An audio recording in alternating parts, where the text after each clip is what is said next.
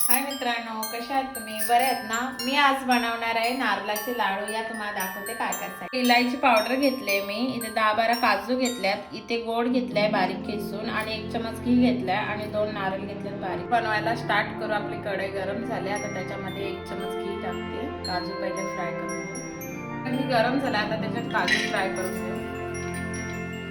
बघा आपले काजू फ्राय करून झाल्यात, आता मी काढून घेते. नंतर आपण पहिला नारळ घ्यायचं भाजून घेऊ. चला आपण त्याच्यामध्ये लगेच गोड टाकूया बारीक किसून घेतलेला. पूर्ण मिक्स करून घेऊ. आता पूर्ण मिक्स करत राहायचं. आपला पूर्ण गोड पूर्ण पागलं तिथपर्यंत. बघा आपला पूर्ण मिक्स झालाय. आता आपण इलायची पावडर टाकू. पूर्ण मिक्स करून घेऊ. इलायची पावडर पूर्ण मिक्स झाले. आता मी त्याच्यामध्ये टाकते काजू फ्राय केलेले. आता पूर्ण मिक्स करून घेऊ. बघा पूर्ण सारण रेडी झालंय. आता मी तुम्हाला लाडू बनवून दाखवते. बघा असे बनवायचे.